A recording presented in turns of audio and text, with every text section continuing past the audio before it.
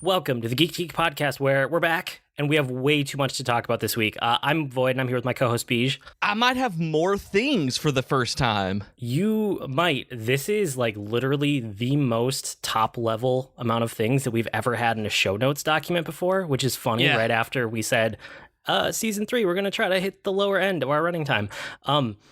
There's a lot in here. So we are going to run through like a bunch of quick hit geekery. We're just playing catch up. We're playing catch up this week. We're probably playing catch up next week because we've had about 3 weeks since we last recorded.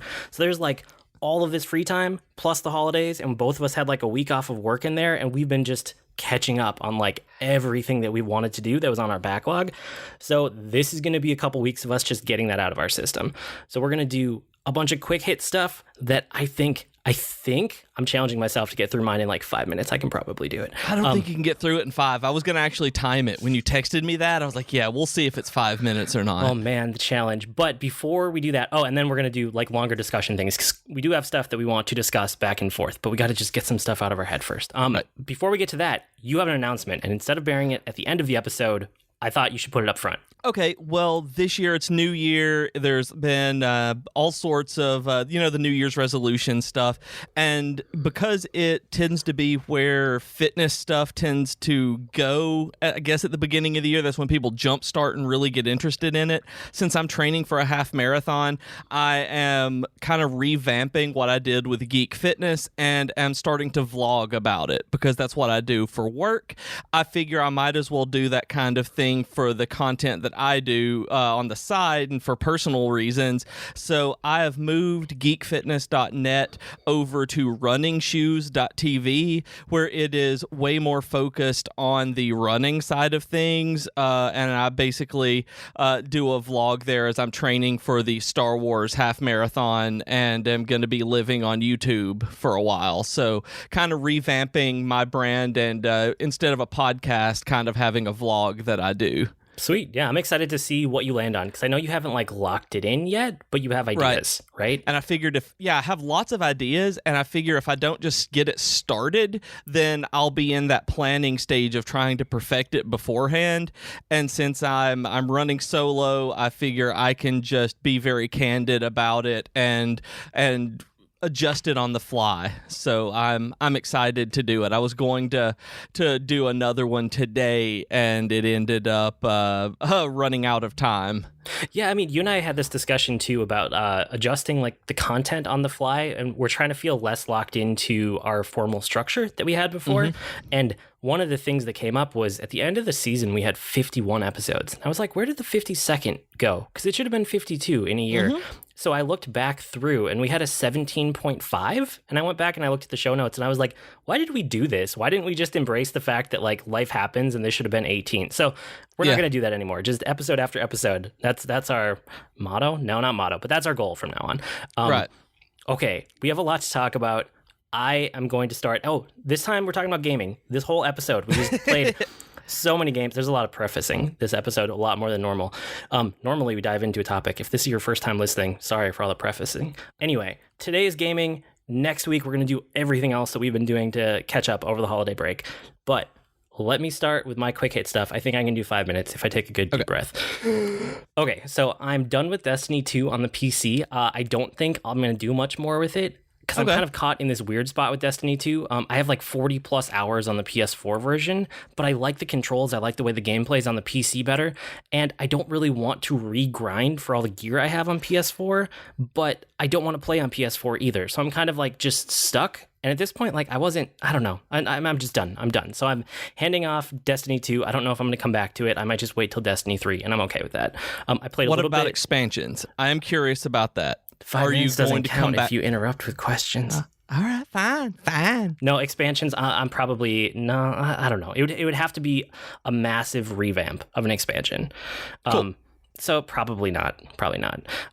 I played around with Bridge Constructor Portal on iOS, even though it's on a bunch of systems. It's Bridge Constructor, which has been around for a while, but it's like themed around Portal, and it has the portals from Aperture Science and, Portal and Portal 2, which makes it a lot more interesting. So I had a lot of fun with that. I played through about half of it, and then I kind of slowed down. I don't know if I'm going to go back to it or not, but if you liked Bridge Constructor, if you like construction games, check out that one. I played through Telltale Batman Season 2, the first episode and about a half of it, and then the walking, tapping, inspection, like slowdown sections, I don't know, I kind of burned out on it. I really liked the story. I wanted more story, but I don't know, those sections of it just didn't click with me, I guess, in the end. So yeah, I kind of put that on pause. I don't know if I'm going to come back to it, but I picked it up for really cheap, so I don't feel bad. I've been playing a little bit of Deadcells, which is an early access roguelike action game, and it's really good. I don't know what they have left to do before they finish it, but I'm doing my typical early access thing where I don't really play a ton of it. I just play it. I bought it because it's cheaper in early access, and I played enough to know I really like it. And now I'm like, okay, I'm going to step away and just wait until it comes out officially, and then I'll play a bunch of it. But it's a good roguelike action game. If you guys are into that, check out Deadcells. I also played a little bit of Fortnite. At this point, it's basically a PlayerUnknown Battleground ripoff, but it seems like it has a lot of promise for the future, and I might actually like it more than I like PUBG because it has style, it has polish, they're doing rapid iteration, and they're like really, I don't know, listening to the community and giving feedback into the community, which is really cool to see. And it's on, I think, most platforms now, and it's free to play. That's the other thing. You don't have to pay for it like you do. Yeah. Didn't know that. That's one to check out. And like I said, I played a few rounds of it, enough to know that as it gets more out of like early access and more into full release, I'm going to go back and try it again.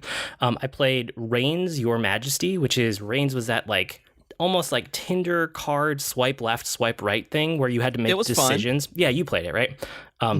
So I played the new one, and if you liked the first one, you will like this. It's a solid follow-up to Reigns, and the writing is much better than it was in the first game. So I thought that alone was like a huge improvement. So I really liked that game. I played Sniper Elite 4 a bunch with my brother. I played it a little bit on my own because he convinced me to buy it, and I was like, I don't really know. And then he goes, well, I wanted you to buy it because we can do multiplayer. So we've been playing multiplayer sniping essentially, and with 2 players that game is amazing. With 1 player it's kind of okay.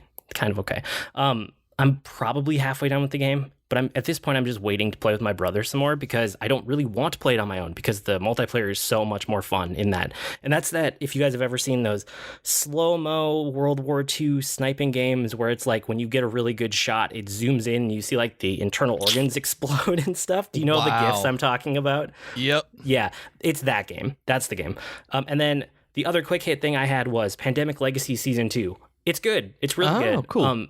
It's the same setting as Season 1, as if you had failed to save the world in Season 1. It jumps ahead 80 years, and this is about, like, you don't really know what's going on in the greater world anymore. Society is isolated to these floating cities that are like havens, and you have to slowly go out to basically coastal cities and start to reestablish links to the rest of the world. So one of the really fun things with this is that you get these, like, you have to recon as some of your objectives.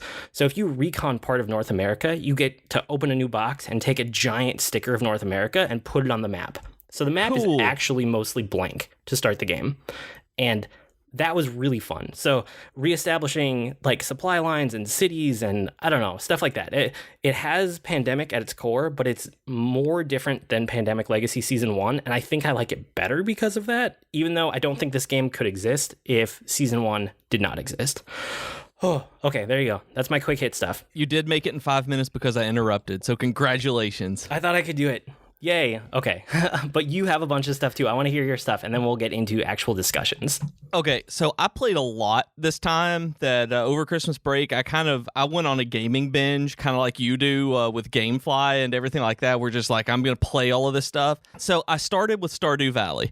That I've been wanting to play it. Everyone told me on Switch that it was just amazing, and I didn't really want to buy it again because I had played it already on PC and already owned it on PC, and I've got a Steam Link and a Steam controller, and I sat down on the couch, loaded up Stardew Valley. It was like the first thing I played, and I hated it.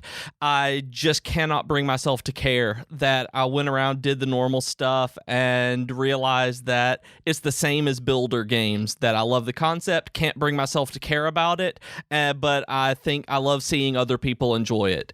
So then after that, I booted up Cosmic Star Heroine, which is that it was that Kickstarter game that I'll pre-order while you were talking at last season, I think. Yeah, the Z-Board game's kind of like Chrono Trigger DNA, right? Yeah, and it's fantastic. That the combat system is truly amazing, but I am not in a JRPG mood, and I really want to play it on handheld Nintendo Switch so badly that if that doesn't happen, I'll buy it when the Vita version comes out just so I can play it on handheld, because I love the combat system. It's super fun. So after Christmas, we went to my extended family's Christmas. It was like a week afterward, and we found out that Kamala Khan is a player character in Lego Marvel Superheroes 2. So we came home and immediately bought it, and it took until I think the 3rd level to unlock Kamala, and it's a Lego game. And they're super fun on co-op. Jennifer and I have a really good time. We bought it on Switch too, by the way, where we just grab a couple of Joy-Cons, we go around, smash some stuff. Remember, she loves the smashy. And since Kamala Khan is her favorite superhero, that is the only comic she really reads, that whenever we had an opportunity to have a Kamala Khan game, there was no way we could pass it up. So we bought it off the e-store, and it's great. Same way I kind of did with Stardew Valley and Cosmic Star Heroine. I was listening to the Nintendo Power podcast, and they said that Lovers in a Dangerous Spacetime, one of the guys was saying that Lovers in a Dangerous Spacetime was his favorite game on the Switch. And again, I've already got that from a Humble Bundle on Steam, so I loaded it up and started playing it and recognized how magnificently put together this game is, and I hate playing it. That it is not my style of game. That it is pretty, it's funny, I love the concept of it, but I did not like playing it even a little bit, and that's partly because I don't have 4 people. If I had 4 local players there being able to play it and do and control the ship the way you're supposed to, I bet that would be awesome. So I just kind of put it aside, and we'll eventually try to get a group together if I think about it. I don't know if there's online play for that or not. I played the Overwatch Christmas event. It's Overwatch. I can't remember if I even got any of the cool skins that I wanted. I just shot people for a while and had a good time at the end of the season. Jennifer, okay, so this isn't me, but Jennifer was playing through a couple of games this holiday season too, and she played the entirety of King's Quest VII. This is the one from the 90s. We bought she grew up playing King's Quest games either at school in like middle school or with her mom. She and her mom played through the entirety of King's Quest VI together, and that was how they realized that video games had strategy guides, just because they just happened to see it at the mall one day with a game that they were playing. So she bought this collection on Steam, played through King's Quest VII, and I watched her play this entire point-and-click adventure. It is a train wreck. This game is absurd.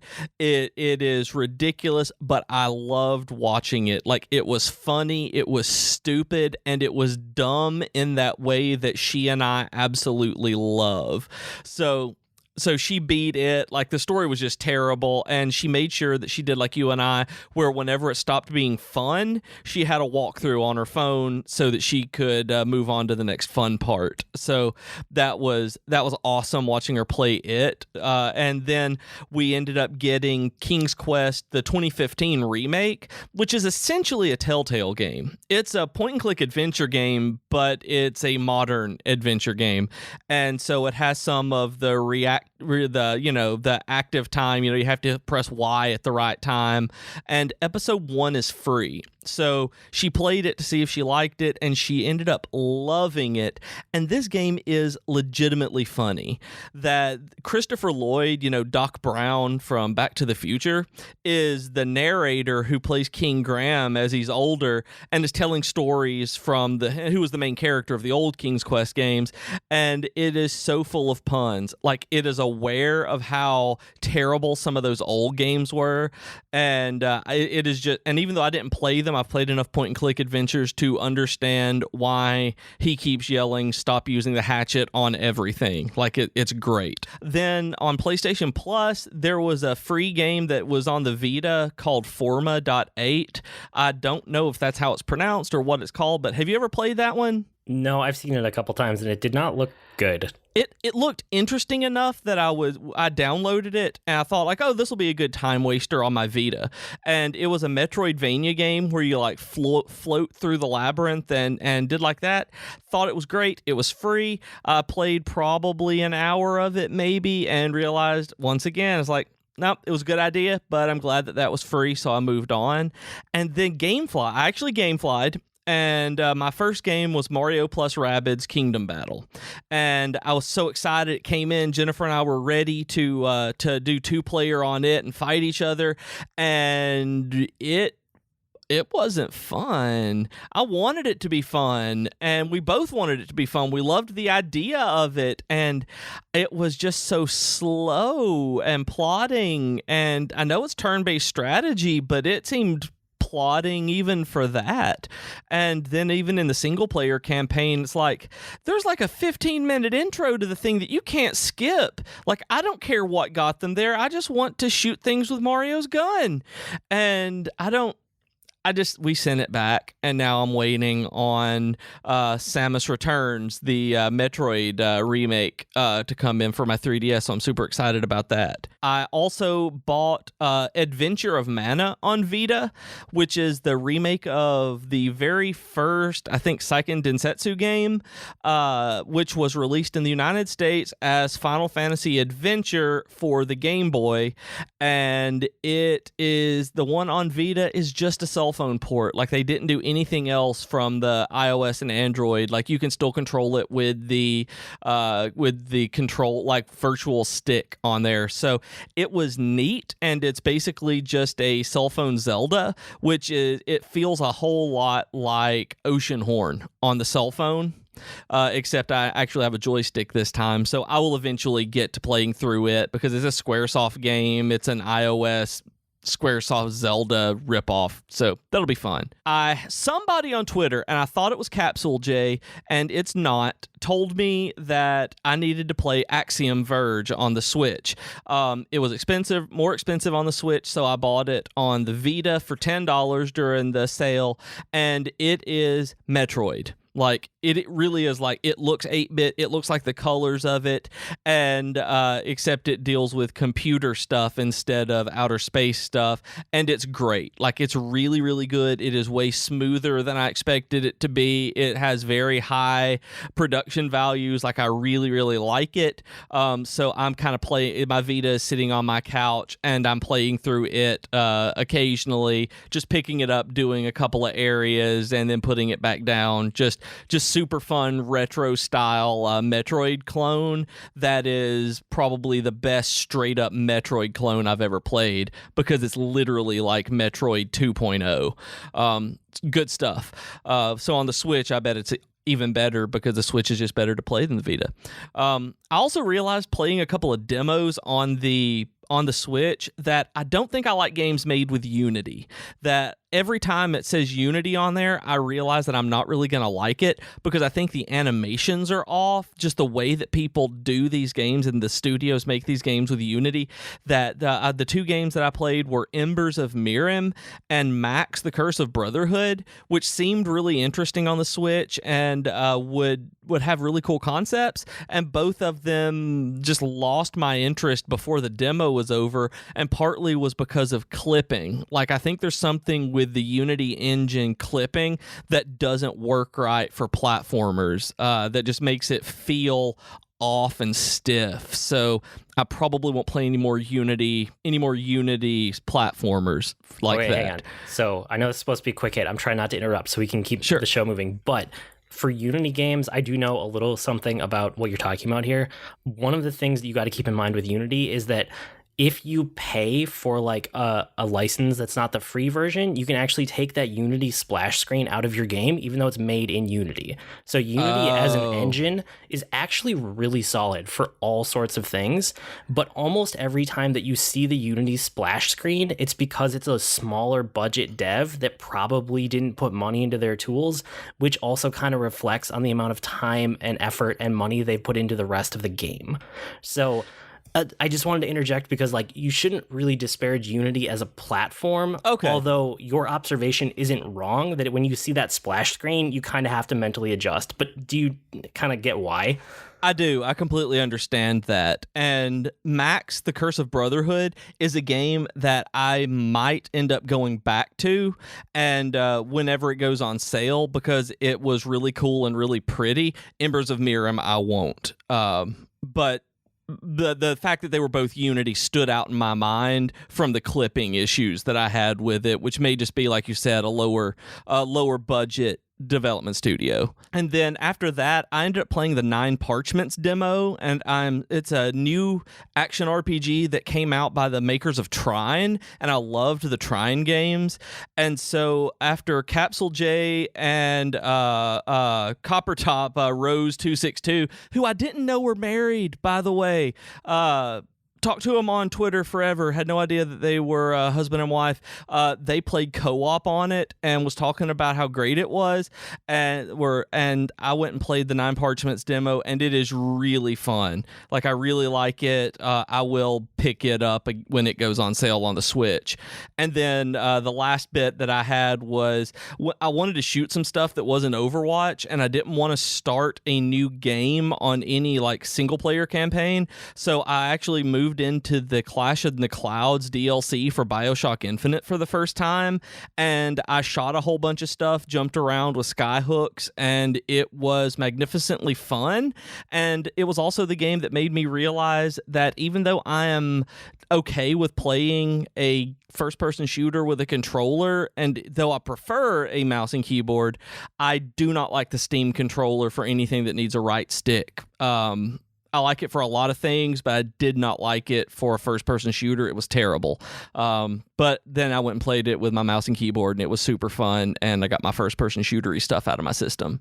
So there's mine. Good job. Excellent. We made it. Okay, let's dive into a quick geeky offer of the week. Let's do Gamefly. So you guys can go to gameflyoffer.com/geek. Just like Bijou was talking about, you can get a game sent to you, and then if you don't like it, you can send it right back. If you do like it, you can hold on to it for a while and play it, and then send it back later, or you can hit a button on there to keep it for cheaper than retail price.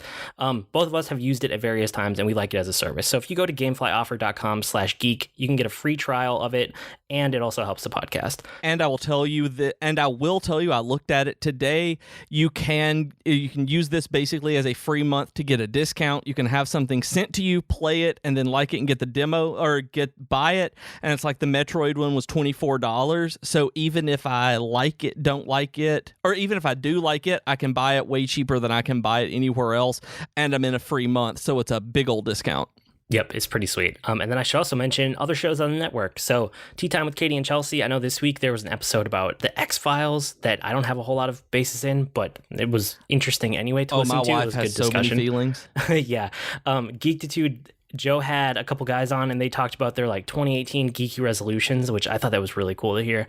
And then Rob had the best comics and more basically of 2017. So he did his like year-end recap episode, and I loved some of the categories that he has in his year-end episode. That's not just like straight up comics. He has some good ones in there. So I highly recommend listening to all of those because I did and enjoyed them.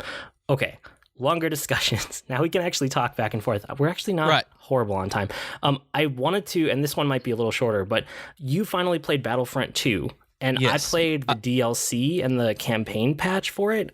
Okay. I wasn't like very impressed, I guess, by the campaign and DLC patch that got put in there for The Last Jedi. The levels I have heard it's kind of eh. Yeah, the new like first person shooter level was actually pretty good and fun and interesting. It's Crate from The Last Jedi, but then cool.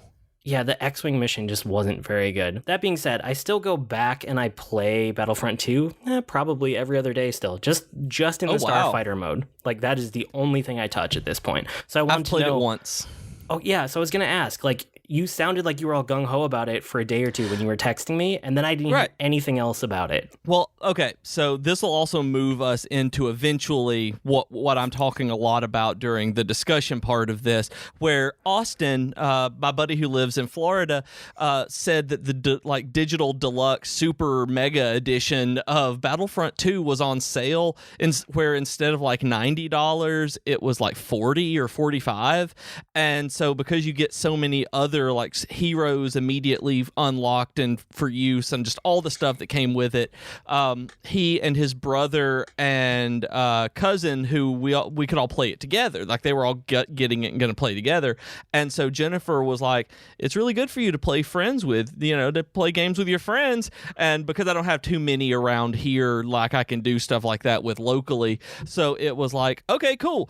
So I bought it, and we were playing through, and I haven't touched the campaign. That I haven't even started the single player campaign, and I am really terrible at the multiplayer, but I actually like playing it. I really, really love the deathmatch part of the game as opposed to the objective-based combat. Like the heroes versus villains and the blast, I like way better than, say, the galactic assault and whatever the smaller scale of that is, where it's basically capture the flag or something along those lines. I really like heroes versus villains, or heroes and villains, whichever it's called, because I get to, you get to play as Finn or Phasma or Kylo Ren or Yoda, and they're fun to play, and it's basically a 4-on-4 deathmatch. So I really like that, and I like Blast, which is basically a 16-on-16 deathmatch where you're just going around shooting things and having fun. The cards and boxes are still kind of poop. Not a big fan. They're there. They do stuff, and but I haven't. And I've played the Starfighter part one time. It's really cool. And it was exactly like you said, where it felt kind of like a Rogue Squadron game, going and doing it. Like I won, I was really happy about it, but it wasn't as fun as Heroes versus Villains to me, so I didn't do it as much. Okay, it's funny because like you grabbed onto almost exactly the opposite of what I did in this game. Like really, I got it for the campaign, and then when I did play the first-person shooter multiplayer, I basically only enjoyed Galactic Assault. Every other mode was just boring and kind of dumb to me. And then the only thing I play now is the Starfighter mode. So okay, wow, it's very much the inverse of me. Which that's why I wanted to ask you, because I just wanted to know where you landed on it. The other thing that was on both of our lists was Cuphead, and right. You had less to say about it, so I'll let you go first because I see your comments there and they're funny. Okay, so I saw Cuphead. I saw the video. Like, I was really excited for Cuphead when I read it was either a Mashable or a Kotaku article or something that just like had this video of how pretty it was, and I saw the animation style, and so I started like really getting excited for it to come out. And I've waited to buy it. Like, I knew it was going to be hard. Like, that wasn't what put me off of it, actually. I thought it was really fun. So I finally bought it. It was on sale for like $15, $16, something like that, and I bought it, and I was playing through, and oh my god, this thing is so pretty. Like oh my goodness, this is such a pretty, just gorgeously animated game, that the sound design, everything about this game from its aesthetic and tone is perfect, that they did such a good job. And I returned it after 45 minutes. That it was super fun. It is not my style of game. It's basically Contra, is the way that it feels to me, is like a Contra style like shooter platformer that has different kind of action-y elements and different levels, and it's super fun. And then after about 45 minutes, I already started to feel as though it was repetitive, and like it was really repetitive, where I didn't want to turn it on. Like, okay, I've played that already for a bit, and I just realized that it wasn't going to keep my attention longer than really a couple of hours. And I was like, I can pay the money for something else that I know I'll play longer than that. So like, super good, just not for me. So what was repetitive about it to you? Because every boss is unique. Like, that's why the game hooked me the way it did, which I'll talk about in a second. But like, what part was repetitive? It felt, I don't know, and it may be let me think. How can I put it?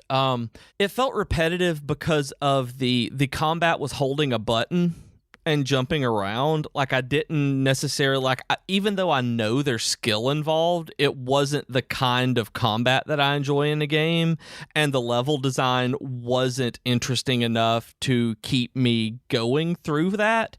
And the bosses, even though they were all unique, it was still kind of generic, dodge this stuff, jump up and shoot stuff, and I just didn't connect with it. Okay, I guess the other question I should ask before I put in my thoughts, how far did you make it? Like, how far on the first island? I'm assuming you were on the first island in 45 minutes. Yeah, I was still on the first island. I opened up 3 or 4 areas, maybe. Okay, so how many bosses did you see? Just like a handful? Like a couple? 2, 3, 4? It was probably 4 or 5, maybe. Okay, so you gave it a good try. You did scratch the surface of this game. So this is my kind of game. I love this game, like, to death. This would have been my number 5 for the year. This would easily bump Golf Story out.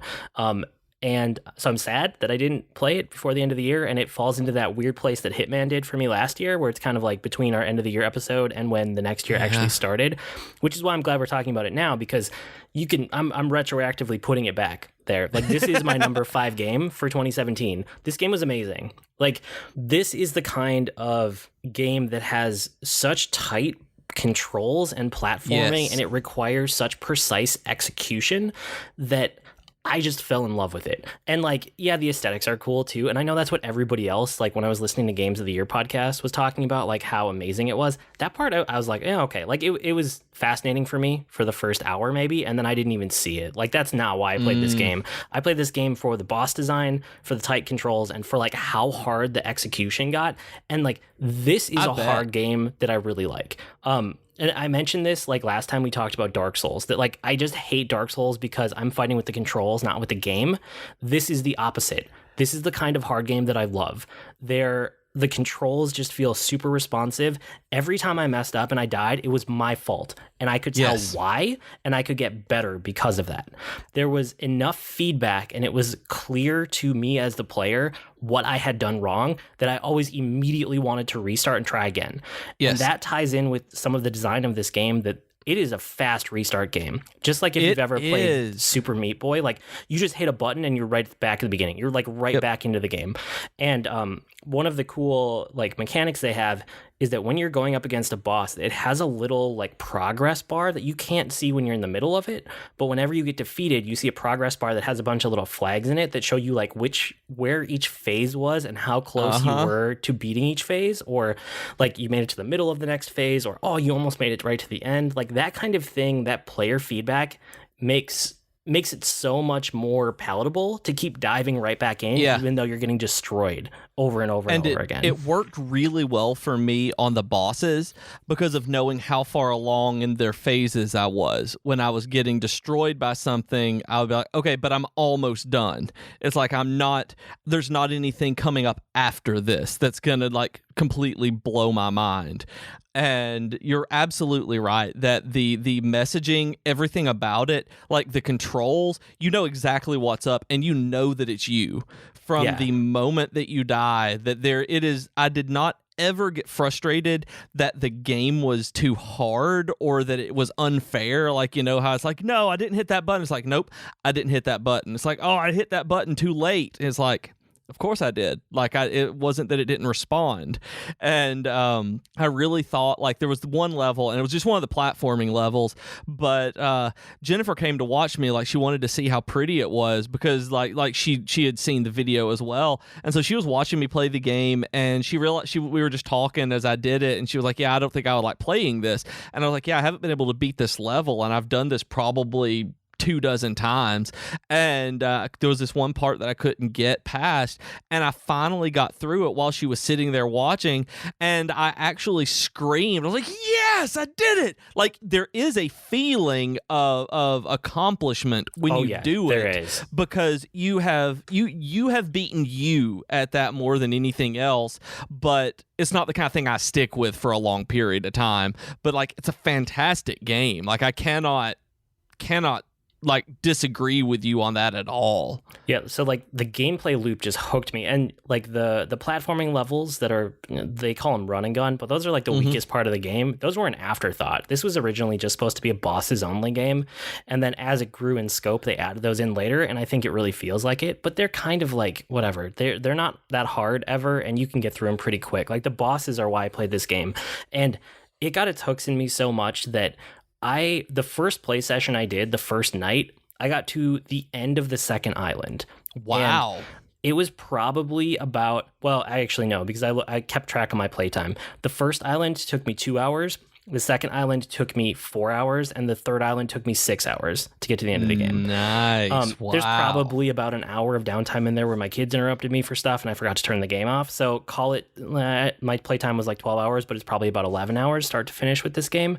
And it was hard, but if there's any game genre that I could say that I'm actually good at, like I don't go around saying I'm great at video games. I love them, but I don't, go around saying I'm really good at them. It's platforming. Like platforming is the type of game that I am good at, if there is any out there. And I was talking to other people about it, and it sounded like that's pretty quick for playtime in this game. But really? It was more about that it was just like, this game hooked me and it didn't let go. The first time I hit a plane level, it got kind of tricky because it's a very different type of game. It turns more into a bullet hell game sometimes and less into platforming, which is fine. I just had to adjust my brain.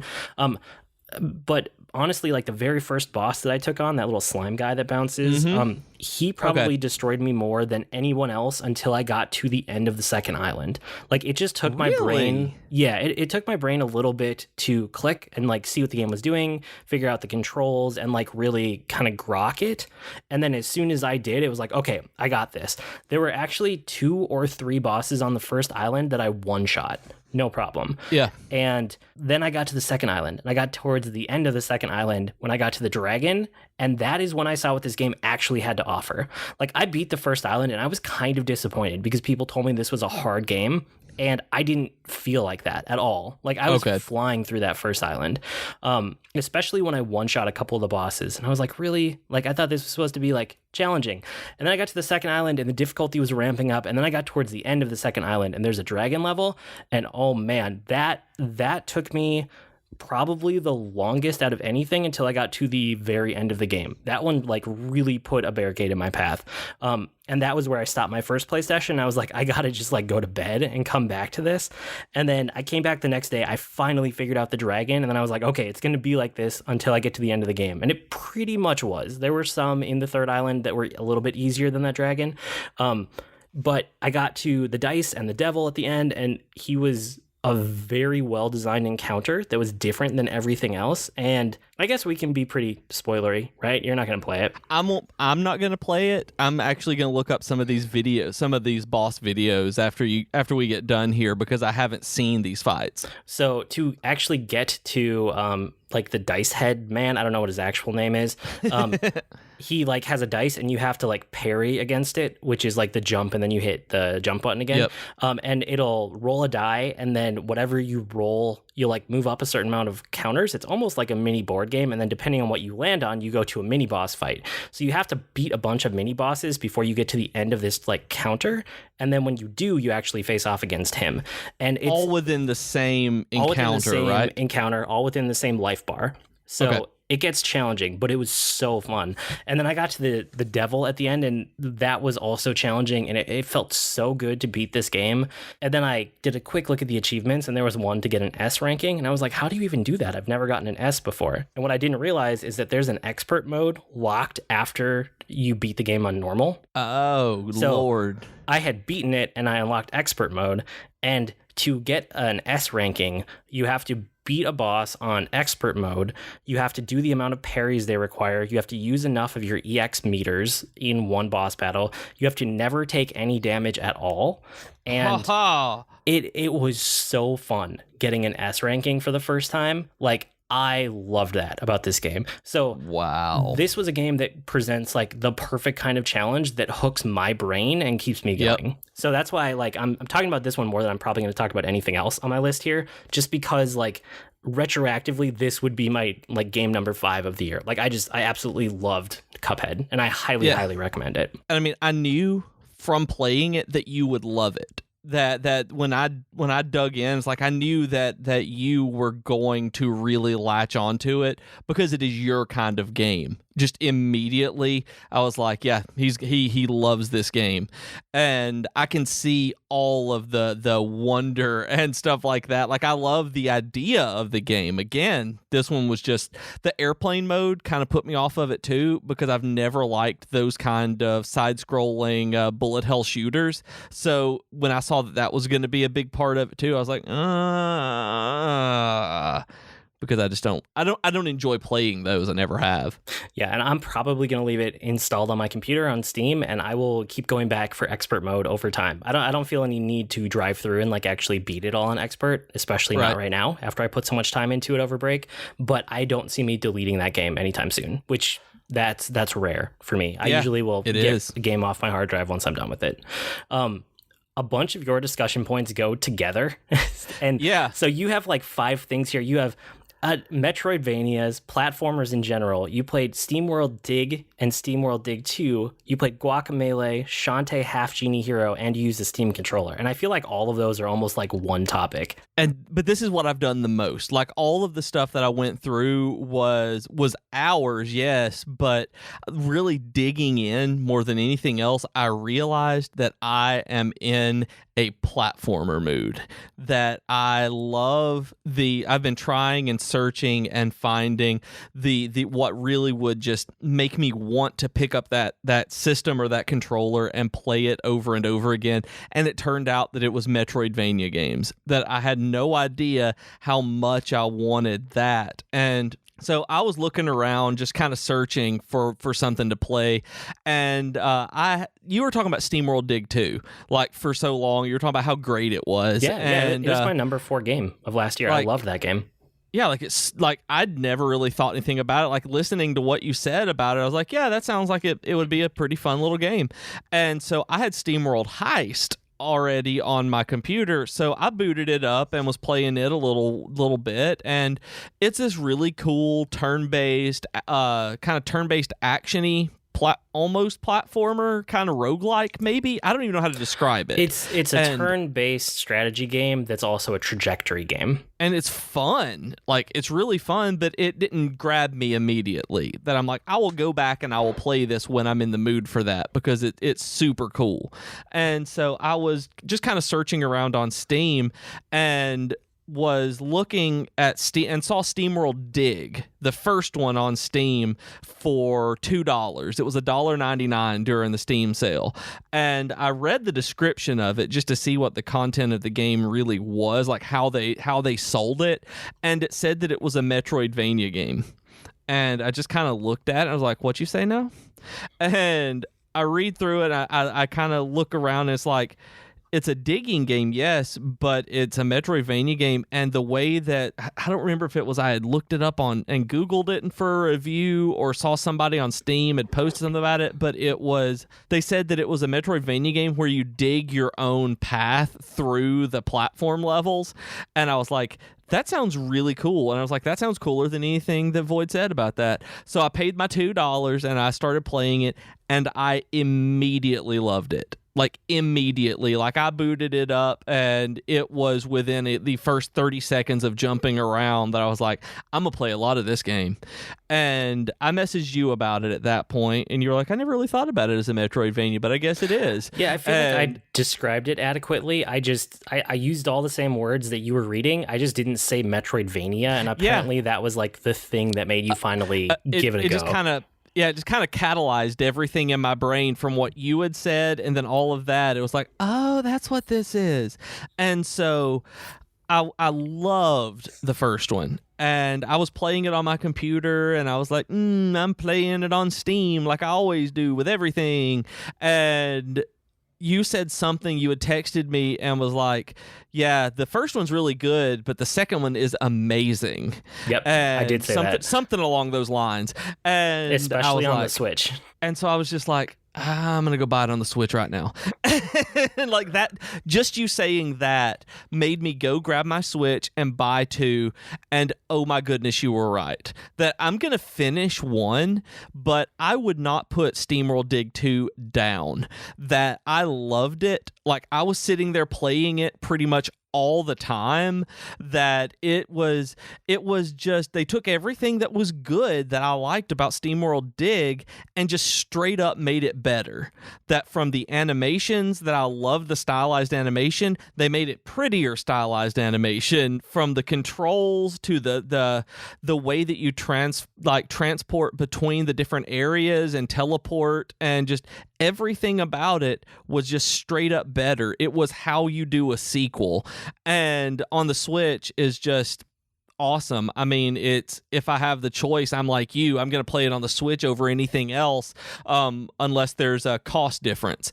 And so I grabbed this on, and I've just sat on the Switch constantly playing it, and I liked playing it in handheld mode more than I liked playing it on the TV. I hooked up to the TV a few times, but I much preferred holding the Switch and just kind of having it in my face, playing it that way. And I read some reviews later that I think it was on Rock Paper Shotgun that was like the top 14 Metroidvania games on PC or something like that. And it said that that SteamWorld Dig 2 was, and generally they're known for like difficulty and like making sure that you have to work for everything. And they said that this one was a Metroidvania game that wants you to beat it and to have fun while you're doing it. And I'm like, that is exactly the way this game felt. Like, that is the most succinct way of putting how this game feels. It's like, it wants you to have fun with this. And I love it. If I'd played this last year, it absolutely would have been at near the top of my list. Like, just right there. It is a fantastic game. And I cannot wait to go back to, I'm still playing it, trying to unlock other stuff, and cannot wait to go back and beat the first one, just messing around. If it ever comes onto Switch, man. So what I'm hearing is that I was right. You were totally right. Yes, nice. So I do want to hear about like Guacamelee and Shantae though, because you didn't just play SteamWorld Dig. You were playing a bunch of Metroidvanias. And I still am. Like, okay. I have Shantae, Half-Genie Hero on my Switch right now. I have Guacamelee Super Turbo Championship Edition on Steam, and I have Axiom Verge, like I mentioned, on my Vita. And I was trying to think on what the system was on it, and I have them all just like sitting there, the Steam controller, the Vita, and the Switch sitting side by side. And like, when I say that I'm in a Metroidvania mood, like, I'm just in a platformer mood. I also bought Dust and Elysian Tale because it was $3, and I'll eventually get back to playing it, but I've played through part of it before. So do you like the Steam controller? Because I did not at all. I like it for certain kinds of games. That I like it for slower games, things that are that don't require nearly as much fine control. I think it's great for, like the Telltale games, the stuff like that, the adventure games that Jennifer's playing with King's Quest, those kind of things. It's magnificent for, and I can even play things like Guacamelee where you have to do a lot of very like. It's not delicate controls. It's just a lot of buttons in particular order. Like you'll be doing lots of different combinations of buttons while you're jumping between different platforms in it. I don't know how far you ever got in it. I got pretty. I don't know. I got far enough to know what the game was offering. But so you do like the control enough to keep using it. I like the controller, but it is not as easy to use on games like Guacamelee once you get to some of the more difficult parts. Sure. I'm going to buy a wireless Xbox controller to play stuff like that with on the TV, because I just haven't brought my wired one in there yet. But yeah, I like the Steam controller. I don't love it, but for what it is, the tracking with the mouse, to be able to basically use it as a trackpad is pretty useful on those kind of games, as long as they're not super fast paced. Yeah, no, I still think the wireless 360 controller is like the best controller you can use on PC. That's still what I use. I have a couple of them just linked up to my PC all the time, and I use them. That's what I played Cuphead with. So, okay, yeah, that's what I was playing with the wired one. So yeah, so I guess I was wondering. Speaking of that, have you played What Remains of Edith Finch? Because I told you about it, but then you got on a very Metroidvania diversion. I did, and part of the reason of doing that is that both Guacamelee and Shantae and Steamworld all have very distinct, beautiful art styles. That really pulled me in as well because they're like gorgeous games to watch too. So it was just fun to get into that and really invest in it. But I never went and bought the Edith Finch game that you were talking about. Even though, and the main reason was that I can't remember who we were talking with about it on Twitter, but they mentioned that it was a walking simulator, and that wasn't where my brain was right then. That it was something that I'm going to go back to because you say, obviously I trust your opinion on video games and what you think I'll like, but that wasn't where my brain was at that point. Okay. Yeah, and the next time you're in the mood for a game like that, I think you would actually like What Remains of Edith Finch more than I do, and I liked it a lot. It would have made my honorable mentions for last year, but it wouldn't have broken the top 5 for sure. But it definitely would have been like probably top 10, probably towards the bottom of it, but it would have been in there. It didn't impact me as much as like Firewatch did, but it was really cool. It's like kind of walking through a house, and the house is, what can I tell you without spoiling much? Because I don't want to spoil it. I want you to experience it, and then we can actually talk about it. So I'll be high level and be quick. There's a house, and you have gotten a key to go back into it after like one of your family members, like your parent, has died, and you haven't been back to the house in years. So you go back to the house, and one of the things that had happened over time was one of your relatives decided that like, as people in the family died, because there's a family curse that people always die kind of like tragically. I don't know. They always die in interesting unexpectedly. And weird ways. Yeah, unexpectedly is probably the way to put it. When somebody dies, they seal up their room and nobody else is allowed in there, and it's just kind of a living memorial to them. So you walk into the house with a key, and the key lets you into like a room that you haven't been able to get into before, and from there you slowly find your way to every room in the house, and in doing so you get these little gameplay vignettes of the last moments of every one of these people's lives, and every one is a different type of game and a different type of gameplay. Really? It is very fascinating. It's really well done. I don't think you would ever want to replay it, and it's probably only 2-3 hours somewhere in there, but as an experience, as like a self-contained, just quick experience that, yeah, you could just call it a walking simulator, but there's more gameplay in it than that. There's a lot more gameplay in it than that. Especially one of the last family members you encounter, if you guys have played it, it's the guy who works at the cannery. I guess that's all I have to say for people who've played it before. That gameplay sequence was probably one of the most interesting gameplay sequences of last year. So when you play it, we need to talk about it. And that's, I think, all I'm going to say about it for now. Okay. That does, I mean, it sounds really, really cool. I didn't realize about the different kind of game, as you put it in the notes here, those gameplay vignettes. I didn't realize that was how it was, because I was thinking more along the lines of like Gone Home and Firewatch, and that was so not the game that I was in the mood for over this break. Yeah, and it is that a little bit, but it also, like, every time you go back into one of these other family members, it's a different type of gameplay, and it really is a gameplay vignette. You never really play the same type of game twice. The other thing I should say about this one is if you get it on PC, which is where I got it because it was cheaper and it was Steam sale, this is one you absolutely should play with a controller. I tried it with mouse and keyboard, and a bunch of the interactions with the gameplay make so much more sense with 2 analog sticks. So play that, especially after you get your 360 controller. It would be a great time to try it out with this game. Oh, and I have one. It's just wired, so I just haven't moved it into the other room. It takes slightly more effort than just picking it up and going, so I haven't unplugged it from my computer. And yes, I'm that lazy. Okay. I was also going to ask you about Kobolds and Catacombs, because I played it, but I played it once, and I felt no compulsion to go back to that game at all. It was interesting, but I beat it. Like, I beat it on the first try. and I just don't understand where the gameplay loop is there. Like, am I supposed to just keep going back and beating it over and over? Or, like, it feels like there's a meta later that's missing, right? Like, there's no persistence between runs at it. There's nothing that you get except for card packs that would feed back into the competitive game that I'm not playing at the moment.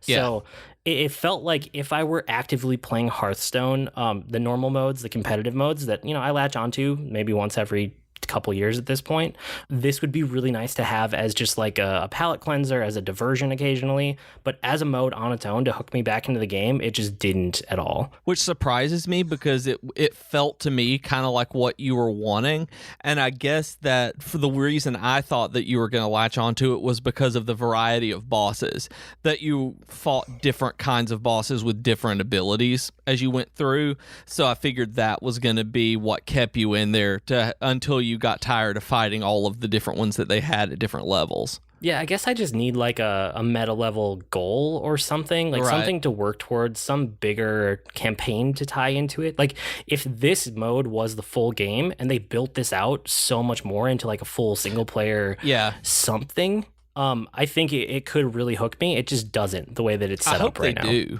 They might. They might. Like, I'd be willing to go back and give it a shot. And I think what made me latch onto it for the little bit that I did was the deck building aspect of it, was that it always changed up the way that I played as I added new cards to my deck. And maybe one of my problems was that I beat it on the first run.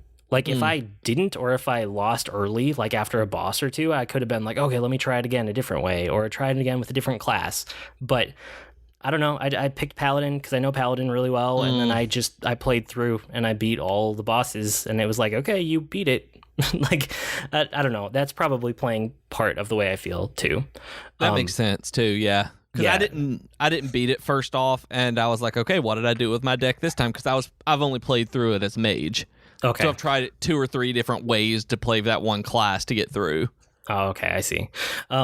Another thing that I played over break was Star Wars Destiny, which, have you seen this game? Do you know which one I'm talking about? I've seen it. Okay. Yeah, I've seen it and never played it. So I basically was looking for a game that could bridge the gap between the games, like the board games my kids have been playing with me, which are either kid board games or they are board games on the simple end of like modern board games, but like simple ones that are very easy to onboard and that I have some house rules that I've set up to make them more kid friendly. I want to get them from that to actual like full-on retail adult modern board games, right? Because like that's where I have fun, and my daughter's old enough now to make that transition. My son, I don't know, it's kind of borderline, but if she does something, he's going to want to do it too. So I was looking for something to that's the way it goes. I was looking for something to bridge the gap, and Star Wars Destiny looked like it might be it. So I bought the like 2-player self-contained box set of it, which has 2 starter decks that aren't even full 30 card decks, and it has some characters that don't even have the full dice, but it's a good way to sample the game for cheap, which is what I was after. Yes. My kids loved it, and I thought it was pretty fun. It was fun enough, right? My only hesitation with it in the first place was that it's a CCG, it's not an LCG, so it's like, if I really wanted to get into it, if I was going into this because I wanted to get invested competitively, it's not a good fit for that because it's a CCG. But because I just want to go into it and I want to have fun with my kids and I want to have them play games that have more complex rules than they're used to, this was the perfect fit for me and my family right now. So after I bought that set, I went, and once I learned that my kids really liked it, they were like, oh, what are these? Because they were reading through the rules in their free time after we had played. And there are customization rules, right? To like make your own custom decks, and it has all the rules around them. My daughter's like, I want to make my custom deck. So I went out and I bought a second copy of that 2-player self-contained game. And then I went and I bought like the original starter pack for Rey and the original starter pack for Kylo Ren. And I might buy a couple more starter packs that they are going to launch like new ones for the latest season of the game, which I think they're on like the 3rd or 4th now. They all have like subtitles to them. Yeah, of course. If I wanted to actually spend the money and get everything complete so I could build any deck and be competitive at the meta, it would be hundreds and hundreds of dollars. But at this point, I put maybe I don't know, $60 into it because stuff was on sale around the holidays, maybe slightly more, but right around $60. And my daughter, my son, and I have all been able to build our custom decks and have cards and dice left over, and we're just having a ton of fun with it. So, and that's really what matters. I mean, you're not planning on getting into, competitive tournaments on this. You don't have a gaming group where you're trying to one up one another. You're playing with your children to have a good time and introduce them to this kind of gaming. So that's perfect. $60 is exactly what you pay for a Switch game anyway.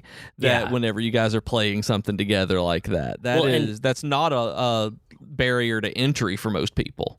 There are a couple things in here that I feel like if I was going to play it competitively, and I'm just saying this for like listeners who might be interested in that aspect, I feel like they'd be frustrating, which they're not frustrating me because, again, I'm just playing with my kids. But the fact that you're rolling dice, right? There's a huge element of randomness to what side those dice land on.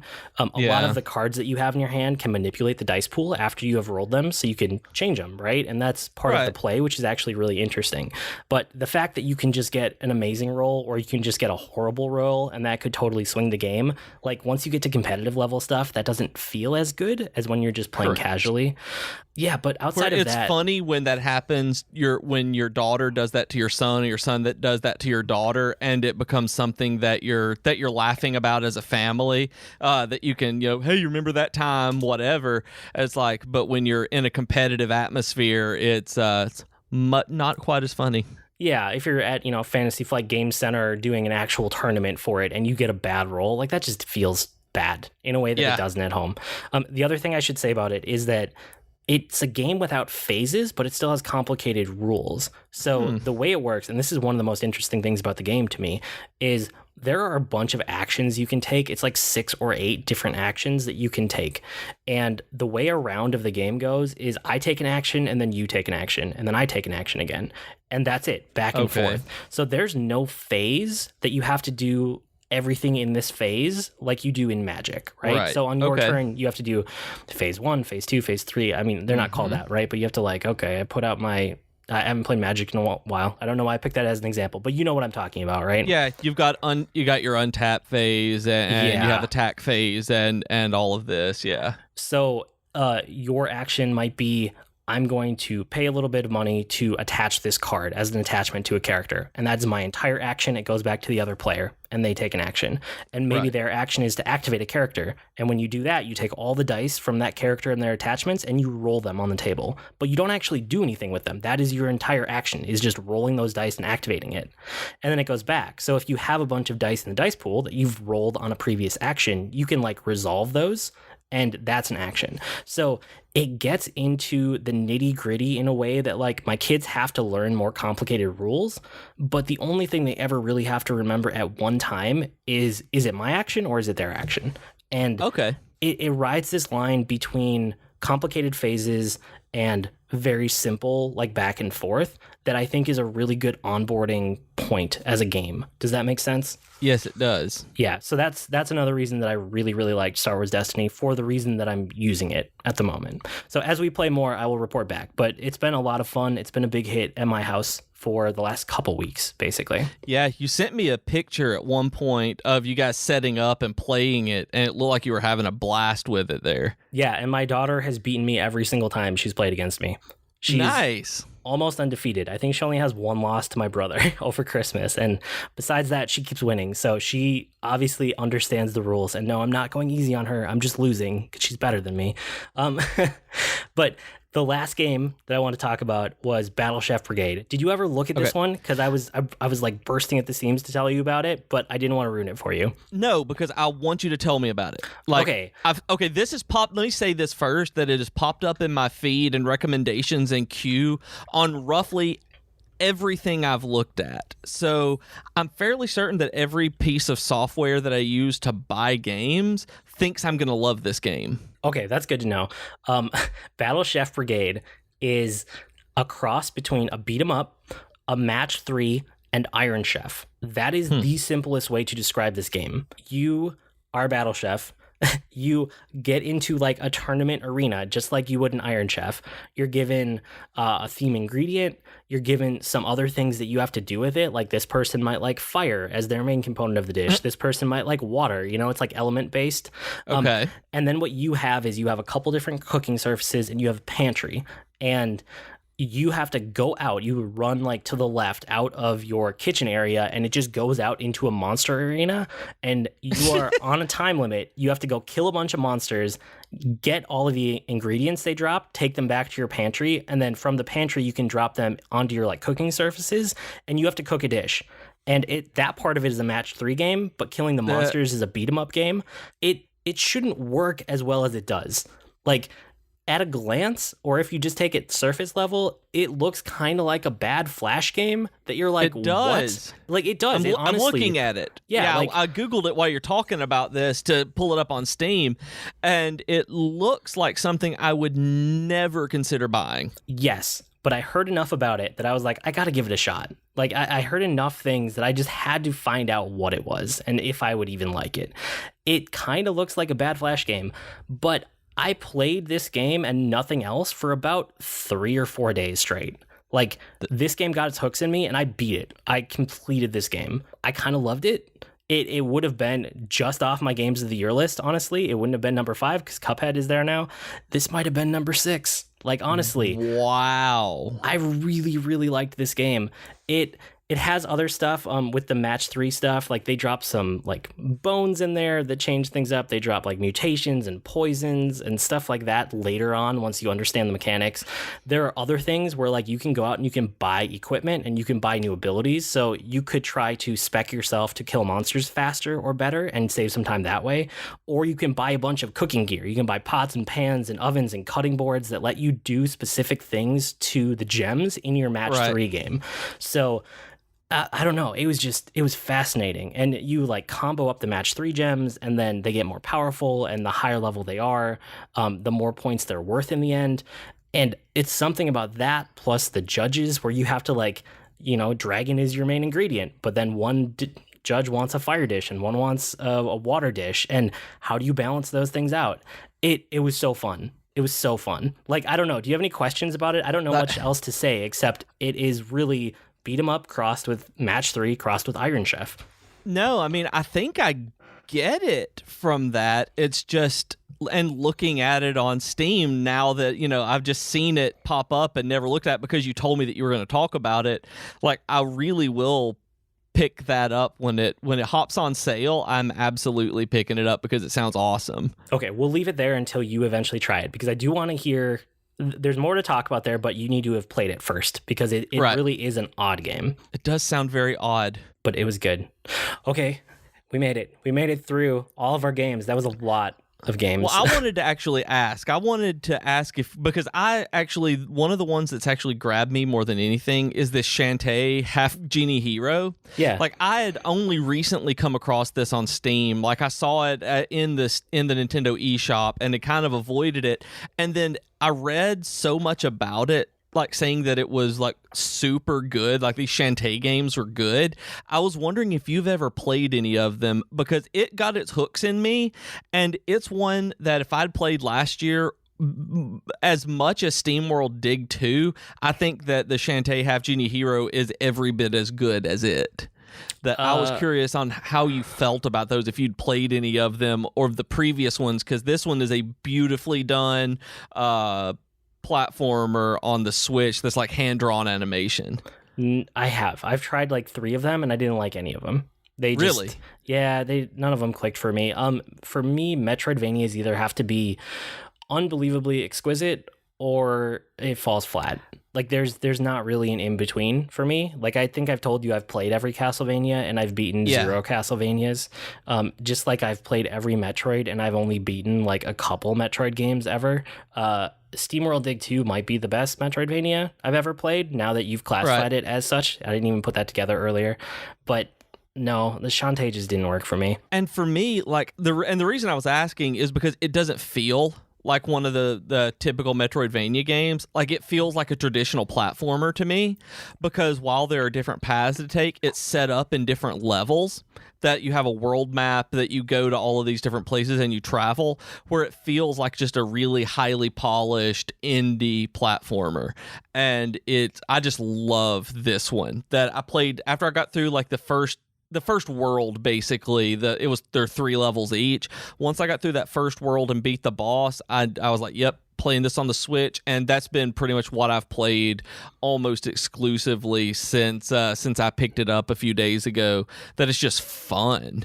That this one, it's pretty and it's fun, and I completely overlooked it for so long that it was the classification when somebody said that it was a Metroidvania, but for me, this one just feels like a great platformer. Cool. No, I'm glad you found it.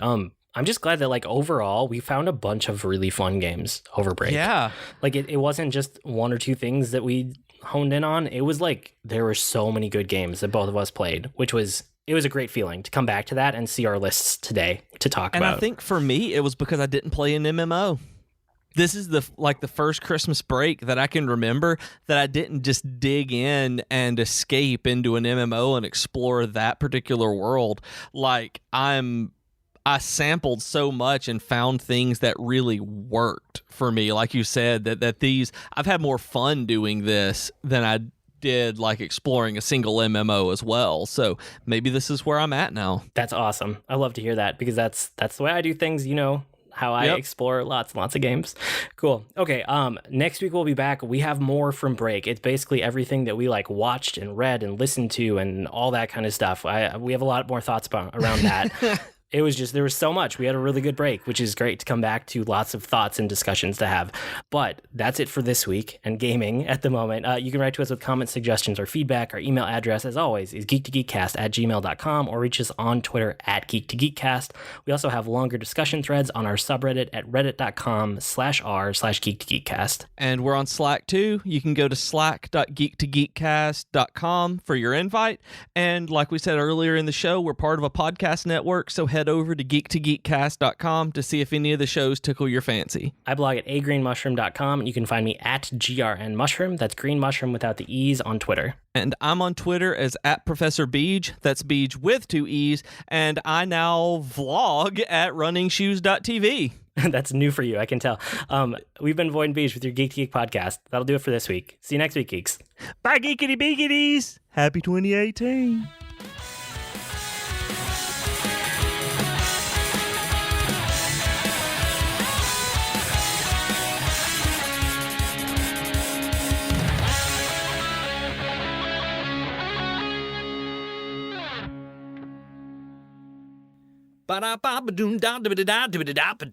Comics. Hey everyone, Rob here, your friendly neighborhood comic geek, inviting you to join me and my rotating cast of co-hosts each week on The Comic Box, where we tell you everything you need to know to become a world-class comic book geek. So join us for The Comic Box each week right here on the Geek to Geek Podcast Network. Hey everyone, I'm Katie. And I'm Chelsea, and we're the hosts of the podcast Tea Time with Katie and Chelsea. We are 2 best friends who love pop culture. We try to have a female perspective on things, but we really just talk about anything we like. What are some recent topics we've done, Katie? Well, we've talked about girl power songs, Wonder Woman, Veronica Mars, young adult fiction novels, San Diego Comic-Con, and so much more. So grab your cup of tea or whatever your drink of choice is and download our podcast on iTunes or Stitcher and start listening today. Hi, my name is Joe Hogan, and I'm a geek. And if you're currently listening to this, there's a good chance you're a geek too. So check out my podcast, Geektitude. Each week, I talk with somebody about their geek aptitude. Sometimes I talk to people in a geeky profession. Sometimes it's someone doing something really cool with their geekiness. Often it's another geeky podcaster. But it's always someone who wants to share their inner geek. So join me each week as we come together to geek out about all the geeky stuff we love. And remember, this week, keep it geek.